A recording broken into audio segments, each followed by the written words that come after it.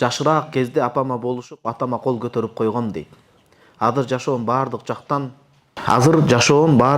талкаланып жатат. Ошонун таасири тийип жатабы? Кандай амалдарды кылам? Нафил намаз көп окуп жатам. Алардан кийин да кажаат намаз окуп турсам болобу? Суноо бүткөнчө ооба. Нафил намаздарды көбөйтө бериңиз. Пайгамбарыбыз саллаллаху алейхи вассалам айтат. Имам Байхақи Сунанул Куброда айтат. Инна салата хайру мавдуин, фаман истатаа ан ястаксир фальястаксир. Мына бүгүн сабакка келатып жаттадым да бул хадисти, субханаллах. Пайгамбарыбыз саллаллаху алейхи вассалам айтат, эң жакшы мусулмандын амалы бул намаз болот. Ким намазды көбүрөөк окуганга мүмкүнчүлүк тапса, көп окуп калсын, ал бул дүйнөдө да акыретте да көп үзүрүн көрөт дейт, пайдасын көрөт дейт. Намаздын зыяны жок. Болгону эми убагында ошол билбестик кылдыңыз, жаштык кылып, апаңызга жалоруп карап тура албадыңыз да, бирок антсе да кол көтөргөн болбойт. Эми атаңыздын көзү тирүү болсо барып, атаңыздын атына, бутуна жыгылып ыйлаңыз. Ата, мен убагында билбестик менен жаштык, мастык кылып кол көтөрүп алдым. Эми мени каалашынча калсаңыз, мени кечирмейинче бутуңуздан турбайм деп бутуна жыгылыңыз. Ата ошондой нерсе ал. Сунан Дарақутнида хадис келет, пайгамбарыбыз саллаллаху алейхи вассалам айтат: Ал-валиду аусат абуабил жанната, бейиштин эшигинин ачкычы деп келет. Фа ин ши'та фахфасу ау дайя заликал баб. Кааласаң ошол эшикти сактап кал, кааласаң өзүң билсең анда өз ырысыңды тепкениң ошол дейт. Атаңыздын көңүлүн кандай жараласаңыз, ошентип бутуна жыгылыңыз, иншалла атаңыз кечирет, ошол кечиргендей сиздин ишиңизде башка бардыгы эмне болот? Жүрүшөт. Мен ал китеп үйдө калып калды. Хашиятут тухта ала маракил фалах деген фикх китеби бар. Ошонун биринчи томунда келет ба. Китептин кириш сөзүндө дуаларды козгоп алып айтат. Алтын доордо өмүр сүргөн сахаба, табаин, табау табииндер балдарына намаз үйрөткөндө 7 жаштан 6 жаштан баштап үйрөткөндө. Ат-тахияттан кийин, салаваттан кийин Куран сүннөттө келген окшош дуаларды кылса болот го, убакыт чыгып кетпесе, макруh болбосо. Ошондо балдарына намаз окуп бүткөндө сураган. Ата-эне үчүн дуаны окудуңбу Курандагы? Роббирхамхума кама роббаяни сагир. О Алла, Куранда келет бул дуа. Кул деп айткын деп келет да. Ата-энем мени жаштыгымда бапестеп мээрим төккөндөй, аларды эми өз мээримиң алгының деген дуа келет. Ошону жанагы 6-7 жаштагы балдарын үйрөткөндө алтын доордогулар сураган. Ушул дуаны айттыңбы? Ташагутта жана салаваттан кийин. Жок, ата айтпай калдым дегенде кайра намаз окуткан. Таалим иретинде деме? Ошентип намазда күнүнө намаздын ичинде Аллага кайрылып 5 жолу дуа кылыш керек деген. Эмне үчүн? Анткени 5 нафил намаз бар. Бул намаздын ичинде. А намаздан сырткары канча дуа кылышыбыз керек? Элестетиңиз. Бул Хашият Тахтауиде келет. Ассаламу алейкум, кандай устаз? Менин сизге бир суроом бар эле. Мен жаш кезимде 7 жашымда бир кошуна кызды жакшы көрчүм. Анан кийин атам айткан болчумун, ошол кызды жакшы көрүп калдым деп. Атам ал кыздын атасын жакшы таанычу. Мени ээрчитип барып куда түшүп койгон.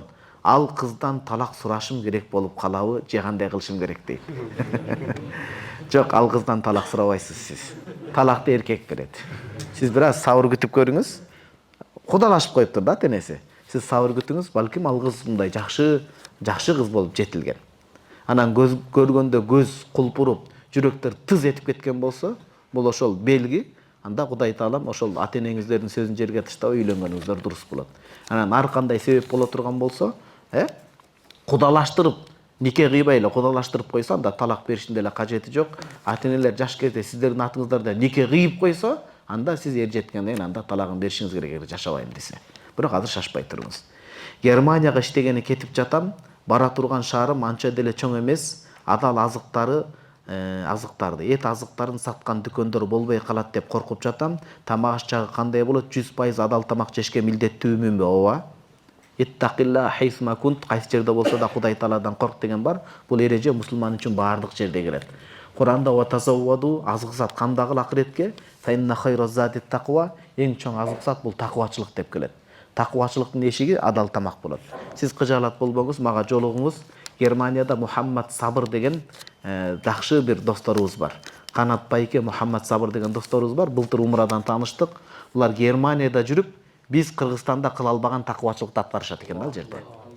Балдары садиктен баштап муну жейт, муну жебейт, бүт балдарына чейин, кыздарына чейин билет экен.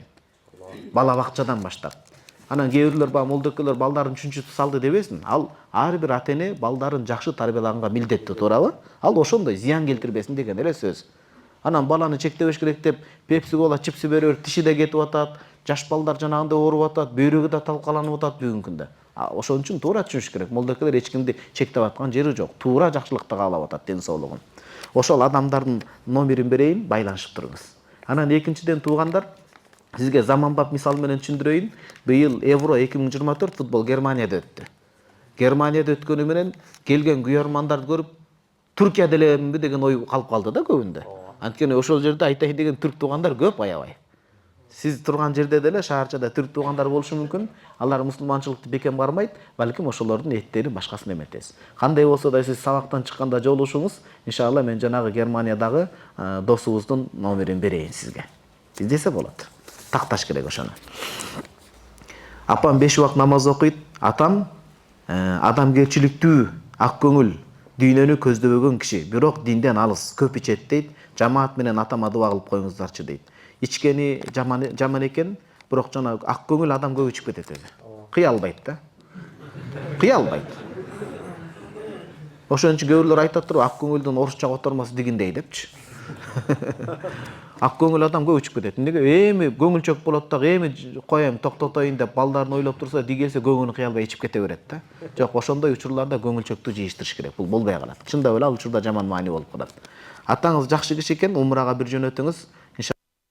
Себеп болуп, Кудайым буйрса кайтып келет. Алла жолун ачыксын, умрага барсын, жакшы болот Кудайым буйрса. Жакшы болот. Бул адам адеп аклагы жакшы болсо тез бир кадам экен да динге келиши. Анан күйүтүн түшүнгөнгө аракет кылыңыздар.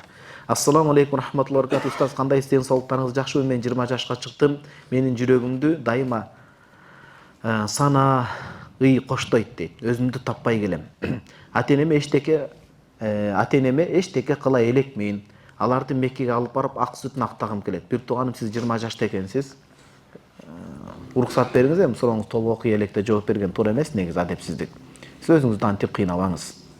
Албетте 20 жаш деле оңой жаш эмес, албетте. 21 жашта, 22 жашта чоң эмгекти кылгандар бар, бирок айтайын дегеним, сиздин келечегиңиз алдыда. Буйрса баардыгы болот, ирети менен келет. Кээде ашыкча демилге адамдын башына жүк болуп калат да. Адам күйүп калат. Мындай кылышым керек, дегендей кылышым. Ар бир өз учуру менен келет. Туурабы? Бир жыл деле молдо болуп кетсе, адам аны сабагын укпаш керек, ал зыян алып келет кайра. Ал кантип бир жылда молдо болуп атат ал? Жин келип сабак өтүп берип атат, кандай мисалы? Чийки, ал быш элек болот. Тез эле бүтүп кеткен үйдөн да коркуш керек. Текшериш керек ошону улам-улам барып. Кандай бул туура эле курулдубу бул үй депчи мисалы. Ошон үчүн баардык ордорду менен болот жашоодо. Ошо жаштыктын бир катасы шашмалык болот да. Шашмалык менен өзүн баягы аңгекке сүйрөп калат. Шашпаңыз бир тууганым, баардыгы болот. Өзүн таппай келем. Буга мен билем эмне себептен мындай болот? Интернетти көп карап калат да, жаш болуп туруп эле бай көрүнүп, анан өзүн бул жашоодон жок эсептеп таштайт.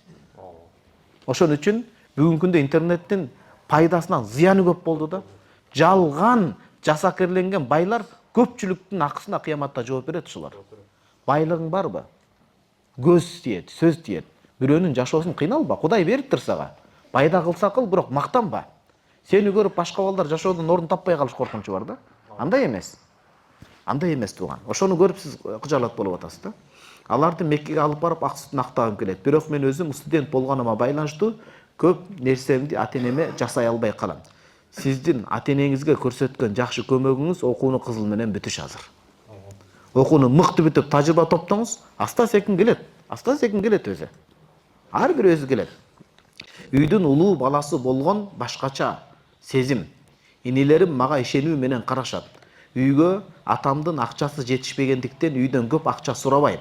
Тескерисинче канча сом болсо салың аракет кылам устаз. Мына ушул чоң жардам. Үй бүлөгө чоңойгондо жүк салбоо, мунун өзү чоң жардам. Сиз демек мыкты жигитсиз. Сиз мыкты уусуз, чөкпөңүз антип. Устаз, канткенде сабырдуу адам боло алам. Сабырдуулук дароо болбойсуз. Бул убакыттын өтүшү менен келет. Бул ушундай да. Убакыттын өтүшү менен адам келет. Мен деле мисалы жаңы сабак берип баштаганда комментарийден бирөө мындай: "Итак эле кемчиликтүүсүң да, ким молда эмне периштеби? Сөздөн кетесиң, көздөн кетесиң, кээде билбеген абалда адам тарынтып аласың, башка болосуң." Адам барып ошондой куракка жетет.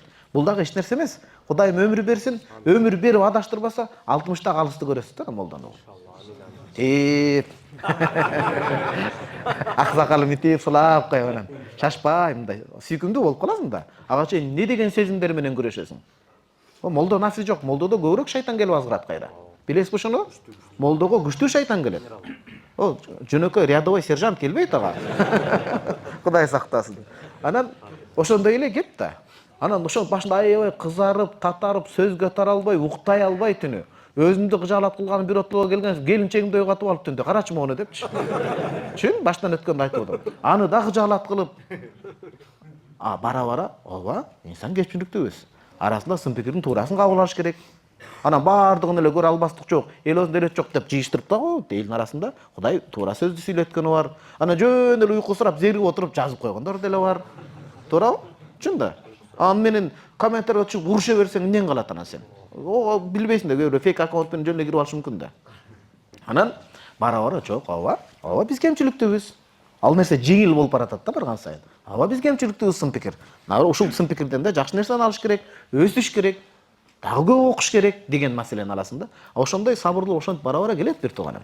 Сиз азыр 20 жаштасыз. 20 жаштын деми ызык болот. Тез бүтүргүңүз келет сиз. Маселен тез төркүнүнө жетет. Жашоо андай эмес экен. Эң жакшысын айтайын сизге. Биз өзүбүздү карабайт экенбиз да. Вафи анфусикум. Куранда Аллах таала өзүңөргө да карабайсыңарбы дейт. Мына өзүбүзгө карайлы туугандар. Сиз азыр жашсыз. Канча үй бүлөлөр кыйналып жүрөт.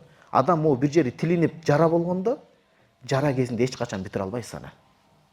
Жара кезинде бүтпөйт, ал ырбап кетет. Кара инфекция жок, бактерия көчөп кетет. Аны убактылуу сырткы нерседен эле тазалап коюш керек. Анан өзүнө ташташ керек, бир сыйра тазалап туруп. Ал жара барып жаракка айланат. Карт бүтөт.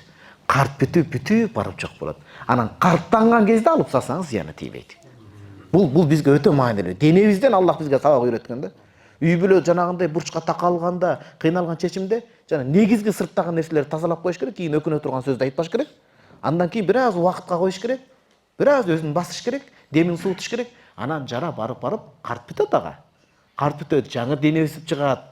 Өкүнөт, алда деле өкүнөт да. Бирок ошол ысык кезде, жанагындай кезде сөздөрдү айтып алсаң, ал жара бүтпөй турган жаратка айланып кетет. Ошон үчүн сиз кичине жаш келиш керек. 30га чыгышыңыз керек, 40ка келишиңиз керек. Кийин күлөсүз артка карап. Калыс молдо туура эле айтыптыр депчи. Күлөсүз артка карап. Ошон үчүн бир тууганым шашпаңыз. Анан сабырды да сурай бербеш керек адам. О Кудай сабыр бер деп. Сабыр сураган башына бале тилегенге болуп калат. Сабыр кимдер тилейт? Абдулла Сыражуддин Хусейни өз оюман айткан жокмун. Абдулла Сыражуддин Хусейни чоң ата устазыбыз айтат. Башына сыноо келген адам сабыр сураса жарашат. Анткени Роббана африг алейна собра. Кур'ан Каримде качан сабыр сурашкан адамдар? Душмандар менен беттешкенде, кыйынчылык келгенде. Бул чоң сабак. Ушул сыноодон ийгиликтүү өтүп кетейин деген сөз.